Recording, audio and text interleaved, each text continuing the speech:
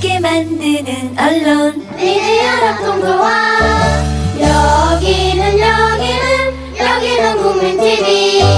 함께 만드는 언론 미디어 협동조합.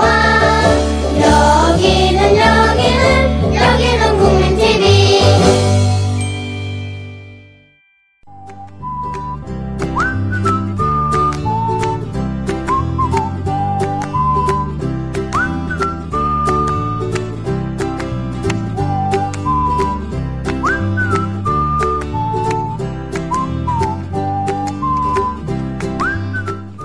지도자는 권력을 가집니다.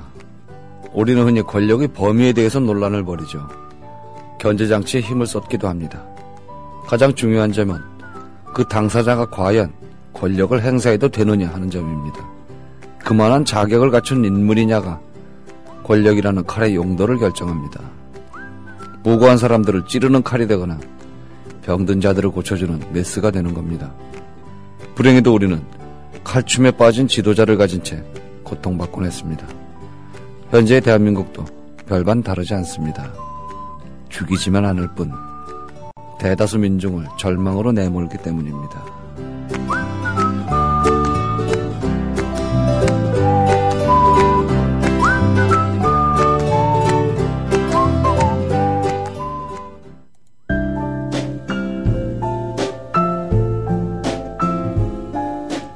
뇌에는 근육이 없습니다.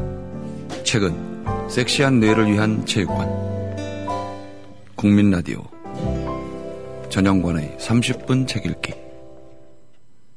네, 오늘은 전 세대가 같이 읽을 수 있는 책 믿을 수 없는 이야기 제주 4.3은 왜? 이런 책을 골랐습니다. 오늘 소개해 주실 분 정명섭 작가 모셨습니다. 안녕하세요. 네, 안녕하세요. 예, 사계절에서 나온 굉장히 책이 크고 뭐라 그럴까요? 이렇게 중간에 그 이야기들은 큰 활자체로 돼 있고, 네. 그 사파도 들어있고 사진도 들어있고 또 실제 팩트에 대한 실제 사진들과 이런 것들은 조금 작은 글씨로.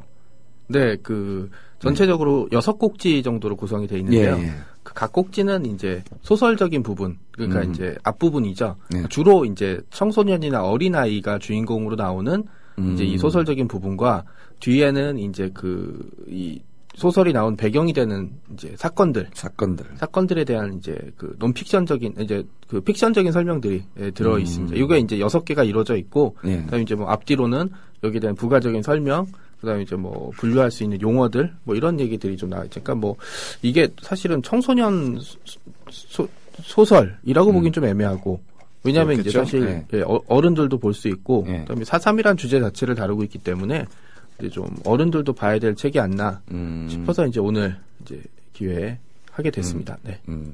이게 다들 봐도 될 것 같아요. 제가 지금 이렇게 펼쳐보면서 왜 이렇게 뭐라 그럴까요? 두껍고 그런 책은 좀 쉽게 접근하기가 어렵기도 하고 주제 자체가 굉장히 무겁고 정말 이렇게 속이 뒤집히는 이야기들이 많잖아요. 그렇죠. 예. 그래서 이렇게 한번 아이들하고 같이 읽어보는 것도 아이는 동화처럼 된 이야기를 읽고 엄마는 그 이야기를 같이 하면서 뒤에 나온 이야기들을 다시 한번 읽어보면은 여러 뭐라 그럴까요? 우리가 4.3 그러면 그냥 막연하게만 생각을 하고 국가폭력이다 이렇게 생각을 하지만 관심 있는 분들만 좀 자세히 아는 일이 아닐까. 제가 이 네. 4.3에 대해서 관심을 가진 게 올해 2월 달에 네. 제주도 답사를 갔다 왔습니다. 한 3박 4일 정도로 이제 렌트를 해서 이제 제주도 전역을 돌았는데 네. 가장 가슴이 아팠던 거랑 인상이 남았던 게 뭐냐면 4.3에 대한 설명을 하게 될 때가 나옵니다. 왜냐하면 이제 유적들이 대부분 이 시기에 파괴된 게 굉장히 많거든요. 그렇겠죠. 그래서 이제 네. 관계자분들한테 관계자나 이제 마을 주민분들한테 여쭤보면 네. 되게 가슴이 아팠어요. 왜냐하면 이제 이 4.3에 대해 얘기를 하는데 이제 상대방 눈치를 보시는 제 눈치를 보는 거예요. 혹시 제가 어떤 반응을 보일지 모르니까 한 템포 쉬고 이제 4.3은이라고 굉장히 조심스럽게 얘기를 하고 지금 이 책에도 나왔지만 4.3 내지는 4.3 사건이라고 이제 얘기를 많이 합니다. 네. 그런데 되게 애매한 게 그 다른 역사적인 사건들은 명칭 하나씩 있어요. 뭐 4.19는 의거, 그 다음에 5.18은 광주 민주화항쟁, 그 다음에 뭐 12.12나 5.16은 쿠데타. 그런데 4.3만 유독 4.3 내지는 4.3 사건이라고 부릅니다. 근데 이게 특정 지역에 인구가 4분의 1 내지는 10분의 1이 사라진 어마어마한 일인데 이거를 사건이라고 축소한 것도 문제고, 그 다음에 4.3이란 얘기는 사실 가치 중립, 아무런 가치나 이런 걸 두지 않는 얘기거든요. 굉장히 그렇죠. 이제 가슴이 아픈 일이죠. 그러니까 엄청난 피해를 입었음에도 불구하고, 사실은 아직까지 지금 거의 60년이 넘게 지났음에도 불구하고, 70년이죠. 48년 정도였으니까 65년, 70년이 지났음에도 불구하고 아직도 이제 사실 진상도 밝혀지지 않고 눈치를 보면서 얘기할 수밖에 없는 게 이제 저는 진짜 현재 진행형의 비극이라고 생각을 하고 있습니다. 수만 명이라고밖에 말할 수 없는. 그죠. 정확히 인명피해도 왜냐면 실종자가 수천 명 단위였고, 그 다음에 뭐 사망자도 정확히 나오지 않고, 예를 들어서 좀 가슴 아픈 얘기들이 많은데 사망자들을 정확히 카운트를 하지 않고 이제 시신을 버려갖고 이제 뭐 비가 오거나 이렇게 시간이 지나면 이게 유실됐겠죠, 말하자면. 그러니까 그 제가 본 거에선 젓갈처럼 엉켰다라는 이제 얘기가 나옵니다. 네. 아이고야. 국가가 뭘까요? 국가? 네? 이제 최근에 이제 메르스에 관해서 이제 사람들이 얘기 나오면서 이제 유행어가 이제 각자도생이라는 유행어가 이제 생기지 않았습니까? 그렇죠. 이제 제 갈 길은 제가 살아야 된다. 그리고 이제 저도 페북에 잠깐 썼는데 사실 문제가 생겼는데 아무도 자기 잘못이라고 하지 않습니다. 자기는 억울하다. 최선을 다했는데 억울하다. 내 일이 아니다. 우리는 컨트롤 타워가 아니다. 라고 돼 있는데 분명히 문제가 생겼는데 책임지는 사람은 아무도 없고, 그 다음에 또 이런 사람들이 뭔가 제대로 돌아가면 권한은 또 엄청 부리려고 들지 않겠습니까? 그렇죠. 저는 이거의 시작이 이제 그 이제 그 해방 이후에 이제 국가가 다시 세워지면서 이제 잘못됐던 주춧돌을 잘못 놨던 부분들이 지금까지 이어지지 않았나라고 생각을 하게 됩니다. 4.3도 이제 그 와중에 벌어진 비극 중에 하나고요. 우리가 이제 세월이 많이 흘러서 이제 뭐 70여 년 이렇게 이제 세월이 흘렀지만 사실 세월이란 말을 아직 안 써도 되는 일이에요. 100년도 안 된 사건이란 말이죠. 두세 대 정도밖에 안 지난 일이죠. 네. 그래서 아직도 이렇게 생생하게 기억할 수 있는 사건인데 뭐라 그럴까요? 정권의 문제일까요? 이걸 일으켰던 사람과 괴를 같이 하는 정권들이 계속 반복되다 보니까 어떻게든 지우려고 하는 거일 수도 있어요. 이게 이제 결국은 이제 그런 문제들 때문에 다른 여러 가지 여타의 사건들, 여타의 사건들이 아니고 뭐 3.15 의거라든지 4.19 의거 같은 경우는 국가적으로 기념을 하고 있고 이제 이러고 있지만 4.3 같은 경우는 말조차 꺼내기가 조심스럽게 되는 사건이 돼버렸어요. 덕분에 이제 제주도 같은 경우는 가뜩이나 이제 그 외부 사람들에 대한 거부감이나 공포감이 굉장히 심했는데 덕분에 이제 지금까지도 그 영향을 이제 받을 수밖에 없는 사건이 되는 거죠. 그 국가가 이제 휘두르는 폭력이라는 거는 사실은 눈에 잘 보이지는 않습니다. 그렇죠. 왜냐하면은 이제 공권력이 가려져 있기 때문에. 그런데 이제 이런 영향들은 사실은 두고두고 오래 갈 수밖에 없거든요. 국가의 통합이라든지 아니면 국민성을 저해시키는 진짜 큰 피해를, 전염병 같은 문제를 일으키기 때문에 사실은 뼛속까지 진상을 파악을 해야 되거든요. 그런데 이제 제대로 못하고 있는. 안 되죠, 뭐. 네, 이런 이 이후에 6.25 때 양민학살 사건들도 여러 가지가 있는데 그것도 여전히 해결이 안 되고 제가 사는 고양시에도 아직도 그런 사건들이 있어서 그쪽도 학살이 한번 일어났던 지역이죠. 네. 뭐라 그럴까요? 향토사학자라는 분들이 애를 쓰시고 그 외에 이제 관심을 가지신, 그 방면에 관심을 가지신 분들이 또 협조도 하고 같이 이제 행사를 한다든지 학술대회를 연다든지 하고 있지만 진짜 국가라는 게 뭔가를 자꾸 생각하게 돼요. 왜 죽여놓고 저거를 그냥 사과도 하고 유해 발굴도 좀 더 신경을 써서 왜 정리하지 않을까? 정리를 하게 되면 본인들의 단점, 뭐 자기들의 잘못들 이제 인정하게 되는 꼴이라고 생각을 하는 것 같은데 사실은 모든 일은 자기 잘못을 인정하고 시작하는 게 인정해야죠. 인정하고 시작을 하는 게 맞습니다. 뭐 이게 뭐 죽은 사람 중에 빨갱이가 섞여 있다는 둥, 뭐 어쩔 수 없었다는 둥. 그렇지만 고 노무현 전 대통령이 이제 이런 말을 한 적이 있어요. 국가가 휘두르는 폭력은 더욱 엄중하게 책임을 물어야 한다고요. 맞습니다. 예, 그러니까 뭐 상황이 그래서 어쩔 수가 없었다. 뭐 물론 그럴 수도 있겠지만 시간이 지나고 나면 사과할 건 사과하고 보상할 건 보상하고 하는 게 진짜 국가가 하는 일이 아닐까라고 생각을 합니다. 근데 4.3 같은 경우는 계속 내내 군사정권 내내 이제 언급 자체가 기피됐던 사건이었고 지금도 이제 뭐 사실은 사람들이 편하게 얘기는 못 하고 있어요. 저도 가서 깜짝 놀랐습니다. 왜냐하면 제주 현지에서 네, 향교 같은 데 가서 이제 향교에서 관리하시는 분한테 그걸 물어봤는데 왜냐면 이제 향교도 4.3 때 불타버려갖고 새로 재건을 한 거거든요. 이걸 물어봤더니 굉장히 큰 사건이지 않습니까? 그런데 이분이 이제 조금 주저하시는 거예요. 얘기를 해도 외지 사람인데 얘기를 해도 되나 말아야 되나. 그러면서 이제 주저하시다가 얘기를 굉장히 조심스럽게 그러면서 이제 어떤 식으로 얘기를 꺼냈냐면 별거 아니다. 그러니까 이제 모르는 역사적 지식이 없는 사람들이 들으면 그냥 그런 게 있었나 보다. 물론 저는 역사에 관심이 많으니까 그게 얼마나 큰 일인지 알고 있으니까 이제 그런데 이게 이렇게 잊혀지면 안 되는데라는 생각이 좀 들었던 찰나에 마침 이제 이 책이 나온 걸 알게 됐고 그래서 이제 제 패친 중에 이 작가가 여러분이 계신데 신여랑 작가가 제 페이스북 친구라서 이제 책 진행 사항은 알고 있었거든요. 그래서 이제 마침 이제 오늘 기회가 돼서 여러분한테 소개를 해드리려고 가지고 나왔습니다. 네, 이제 요 작가 제가 소개 잠깐 드리면은 신여랑, 오경임, 현택훈 이렇게 글 쓴 분이 세 분이고요. 그림은 김종민, 김중석, 조승현 이렇게 세 분이 그렸습니다. 그러니까 공저가 되겠는데 그림도 있고 사진도 있고 지루하지 않게 볼 수 있어서 외려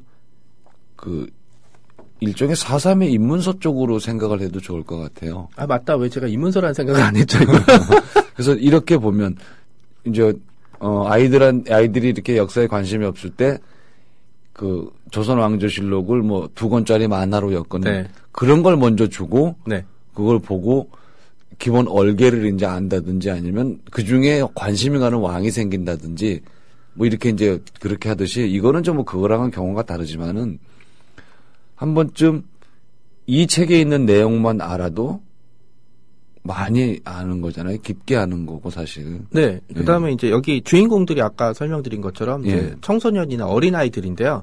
약간 관찰자 시점이 되거든요. 그러니까 이제 더 이제 4.3에 대해서 이제 진행 과정 그리고 6편이 시작부터 끝까지 이제 진행 순서대로 이게 중요한 사건들을 이제 집어넣는 거거든요. 그러니까 이제 이 6번의 이야기를 읽는 동안 4.3이 어떻게 진행됐는지 그리고 어떻게 사람들이 죽어나가고 끝났는지에 대해서 이제 대략적인 그림을 그릴 수가 있는 거죠. 그러니까 앞에 말씀하신 것처럼 뭐 저는 사실 원전도 읽고 그다음에 이제 뭐 두꺼운 조선왕조실록도 그냥 읽는데 사실 이건 저는 일이고 사실 관심이 없는 사람들한테 그렇게 하라는 거는 이거 진짜 고문이거든요. 쉽지 않죠. 네, 그래서 얘기한 대로 이제 가벼운 만화책이라든지 아니면 지금처럼 이제 뭐 그림이나 다른 게 들어갈 수 있는 뭐 제가 글로 먹고 살고 있긴 하지만 사실 텍스트가 주는 이 이미지적인 효과보다는 사진이나 그림이 줄 수 있는 건 또 다르거든요. 이제 이런 것 같은 경우는 적절히 잘 배치가 돼 있어서 어른이나 어린아이나 뭐 큰 문제 없이 잘 읽을 수 있을 것 같습니다. 국가가 폭력을 휘둘렀는데 실제 국가가 사과를 한 거는 노무현 대통령이 처음이었죠. 네. 2003년이었던가요? 네, 그 정도쯤으로 기억하고 있습니다. 여기 책에 나와 있는데 152쪽에 노무현 대통령이 제주 도민과의 대화에서 4.3 사건에 대한 정부의 공식 입장을 밝히고 있다. 2003년 10월 31일로 되어 있습니다. 이게 이제 공식 사과라고 하는 첫 기가 막힐 노릇이기도 합니다. 우리는 먼 저 아래쪽 섬나라의 섬에서 일어난 일이라고 그냥 넘어갈 수 있지만 당사자들은 그렇지 못하잖아요. 아까 말씀드린 것처럼 전체 제주도 주민 중에 10분의 1에서 4분의 1이 이제 사망하거나 실종됐으면 이거는 우리 가족 그리고 옆집 사람 하나씩은 연결이 돼 있는 거죠. 친척 이렇게 돼 있습니다. 이게 그러니까 아까 얘기하는 것처럼 70년 전의 일이라 그래도 남의 일이나 뭐 지나간 일로 할 수가 없고 또 가슴 아픈 건 고 노무현 전 대통령이 이런 식으로 이제 4.3에 대해서 이제 사과를 하고 예. 그다음에 이제 추모 사업을 하고 있는데 예. 이후 정권이 바뀌면서 이제 속된 말로 이 방송에도 해도 되나요? 쌩 까고 있거든요. 쌩 깐다고 해도 됩니다. 아, 네. 쌩 까고 있거든요. 그러니까 이제 다시 원상복귀가 돼버린 셈이고 특히 이제 가슴 아픈 건 이 사망자들 신원이 밝혀지지가 않으니까 DNA 조사를 해서 이 신원을 밝히거든요. 근데 이 지원 사업이 예산이 끊어지는 바람에 중단됐어요. 네, 그러면서 이제 다시 이제 무연고 시신들이 또 많이 남아있게 되는 그런 안타까운 일이죠. 이런 상황인데 누가 그냥 지나가는 일이잖아. 그냥 잊어버려. 이렇게 얘기할 수 있는 건 아니죠. 네. 어찌 보면 또 반복될 수 있어요. 우리나라에 전쟁이 다시 난다고 하면 또 내려왔다가 올라갔다가 하다 보면 부역자 얘기가 또 나올 거고 또 소탕작전이 생길 수 있고 서북청년단이 활기치지 않는다고 누가 장담할 수 있죠. 서북청년단은 얼마 전에 다시 이제 재건한다는 모임이 있었고 사람들이 그러니까 그 역사에 대해서 너무 쉽게 생각을 물론 자기 정치적인 이념에 따라서 행동하는 건 있을 수 있지만 어쨌든 선을 넘을 수 있는 걸 허용해서는 절대 안 된다고 생각을 하거든요. 그러니까 이게 더 저는 사실은 이 4.3이라는 문제를 그렇게 해서 더 관심을 가지게 된 건지도 잘 모르겠습니다. 아까 4.3을 그냥 지금도 계속 4.3이라든지 4.3 사건이라고 얘기를 하는데 제가 생각하는 4.3의 정의는 학살입니다. 다른 말을 붙일 필요가 없어요. 제노사이드죠. 그 특정 지역에 그렇게 많은 인구가 사람이 사라져 버렸는데 그거를 무슨 사건이라든지 지금은 안 그러지만 사태라고 부르는 사람도 있었어요. 네, 그리고 지금 이 순간에 어느 쪽에서도 폭동이라든지 이렇게 얘기를 하겠죠. 하지만 제가 보기엔 명백히 학살입니다. 여기 이제 뒤쪽에 현경 소설가가 쓴 추천사 비슷한 글인데요. 짧으니까 제가 한번 읽어드리겠습니다. 세계적 관광지로 이름 높은 화산섬 제주도. 그러나 그 아름다운 경관의 배후에는 4.3 사건이라는 민중 순환의 처절한 내력이 숨겨져 있다. 4.3은 아직도 제대로 밝혀지지 않은 한국 현대사의 최대 비밀이다. 민중순환의 사실을 배제하거나 악의적으로 왜곡한 기록은 올바른 역사의 기록일 수가 없다. 4.3의 민중순환을 껴안았을 때야 비로소 한국 현대사는 완성되었다고 말할 수 있다. 미국의 정치학 교수 브루스 커밍스가 말했듯이 4.3은 그 당시에는 물론 지금에도 한국 사회를 바라보는 현미경이자 망원경인 것이다. 청소년의 4.3에 대한 이해를 돕고자 마련된 이 책에는 4.3 내력 이야기들이 아름다운 서파와 함께 감동적으로 서술되어 있다. 부디 제주의 아름다운 자연 경관과 함께 제주의 슬픈 역사 4.3도 그대의 따뜻한 가슴에 품어주기를 이렇게 되어 있습니다. 품어줘야죠. 여기 이제 추천사를 쓰신 현기영 작가는 4.3 학살을 최초로 다룬 문학 작품이죠. 순이삼촌의 저자이기도 합니다. 그러니까 사실 문학이 이런 걸 해야 되거든요.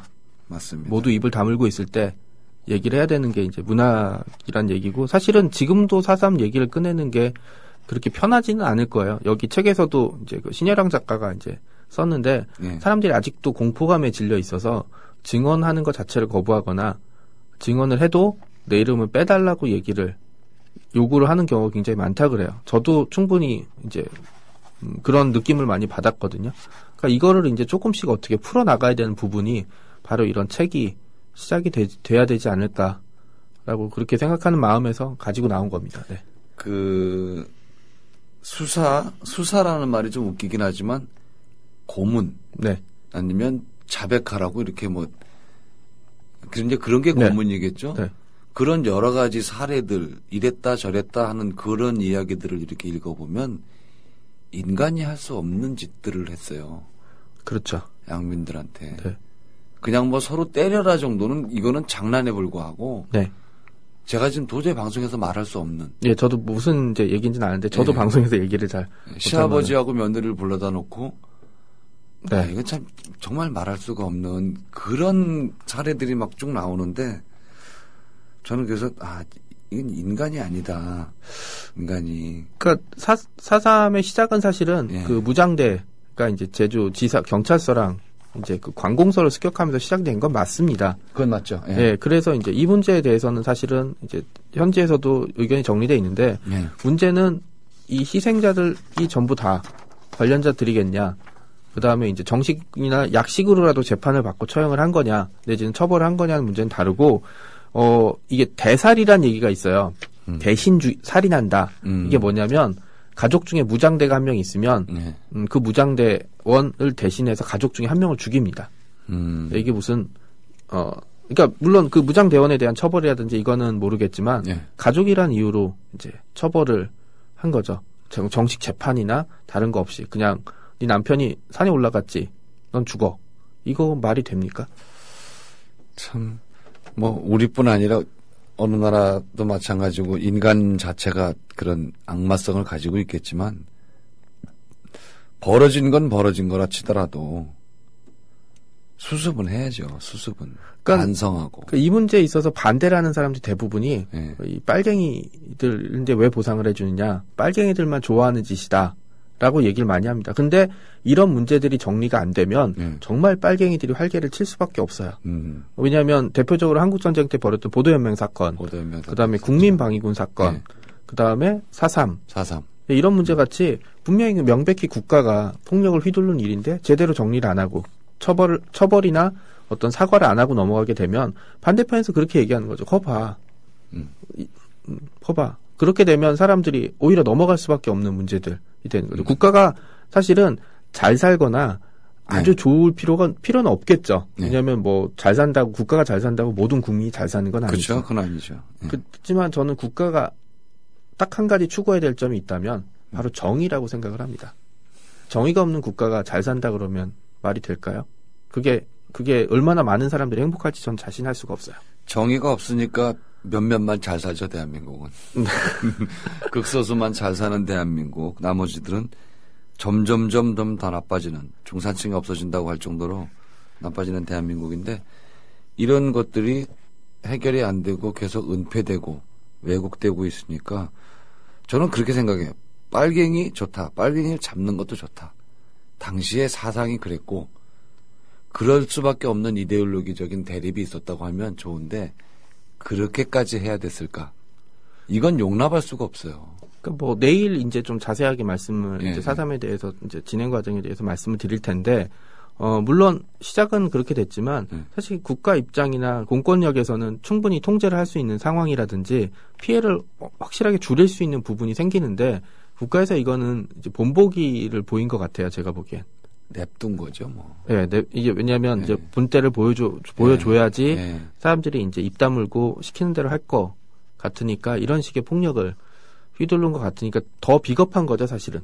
국가가 그러면 안 되는데 좀 힘들고 어렵더라도 사람들을 분류하고 재판을 거쳐서 공정하게 처벌을 해야 됩니다. 근데 이제 얘기했던 대로 뭐 누가 누군지 구분을 할 수 없다. 아니면 뭐 다 빨갱인 것 같아. 이런 식으로 이제 처벌을 한다 그러면 사실 그건 국가의 의무와 책무를 망각하거나 내팽개쳐버린 거나 다름이 없습니다. 그리고 여기서 학살의 주체는 사실 서청이라고 부르는 서북청년단이었어요. 정식 국가 단체가 아니었습니다. 예, 일종의 피난민으로 구성된 단체였죠. 이런 단체한테 폭력을 대리시키고 그 다음에 얘기했던 것처럼 사람들한테 극한의 선택을 하게 만들어버리는 일이 벌어진 거죠. 아까 얘기했던 그런 고문이라든 살해 또 고문이나 이런 극한 상황도 마찬가지로 파괴시켜버리는 거거든요. 그래서 그렇게 해서 살아남은 사람들이 나중에 가족 얼굴이라든지 마을을 보고 어떤 생각을 하겠어요? 평생 살아남지, 숨은 쉬고 있지만. 네, 사람으로서 살 수가 없는 게 되는 거죠. 네, 그렇게 된 문제들. 이런 문제들을 이제 우리는 쭉 안고 왔던 거죠. 쭉 안고 쭉 왔었는데 그냥 모른 척한 것 뿐입니다. 내일이 아니니까. 그 가족들을 통해서 다는 얘기가 전해지지 않았겠지만 어쨌든 가족들한테 전해지고 있을 거 아니에요, 그 얘기가. 네. 너희 할아버지가. 네. 너희 할아버지의 아버지가. 네. 이렇게 계속 전해지고 있을 건데, 참, 드릴 말씀이 없습니다. 드릴 말씀이. 표지는 참 예쁜데. 그리고 앞에 책 첫 번째랑 두 번째 사진도 제주도 이제 풍경을 얘기해요. 굉장히 예쁘지 않습니까? 네. 저도 제주도 갔을 때 그 제주도의 그 바다, 진짜 옥색으로 예쁘더라고요. 산도 아기자기하고 오름이라고 부르잖아요. 아기자기하고 이렇게 손으로 만지면 딱 만져질 것 같은 그런 산들 보고 되게 예뻤었는데 생각지도 못한 비극이었죠.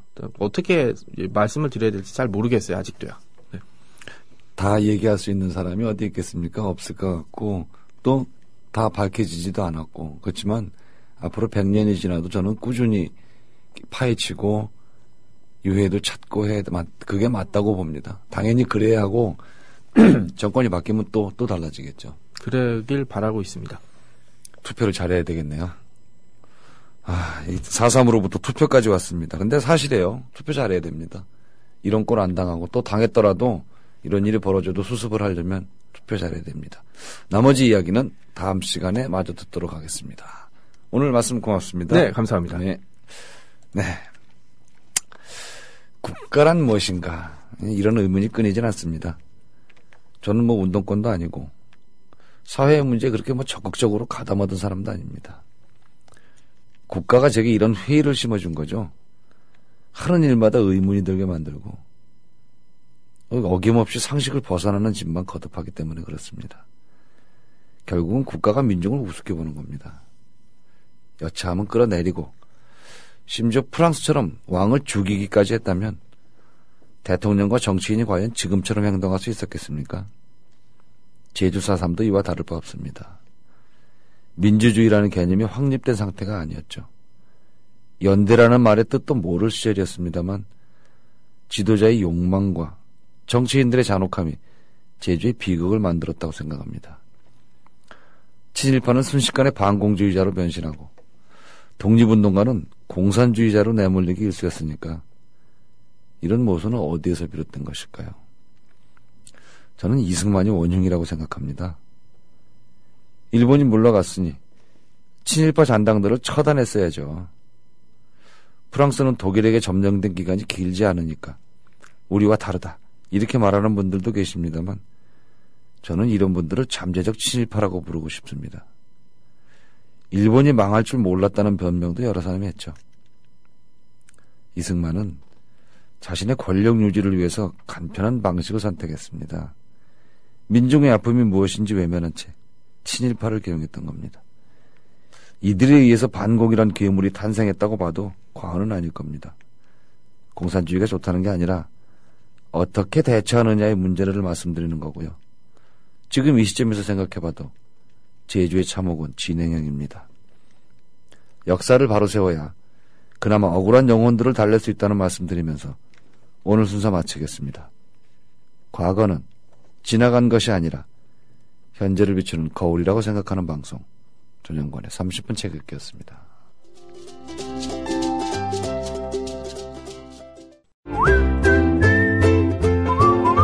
국민라디오 팟캐스트 응원하는 가장 쉬운 방법 아시나요? 다운로드하기, 별점 주기, 댓글 달기, 구독하기. 국민라디오 팟캐스트 널리 알리는 가장 쉬운 방법 다운로드하기, 별점 주기, 댓글 달기, 구독하기. 기억하세요. 다운로드하기, 별점 주기, 댓글 달기, 구독하기.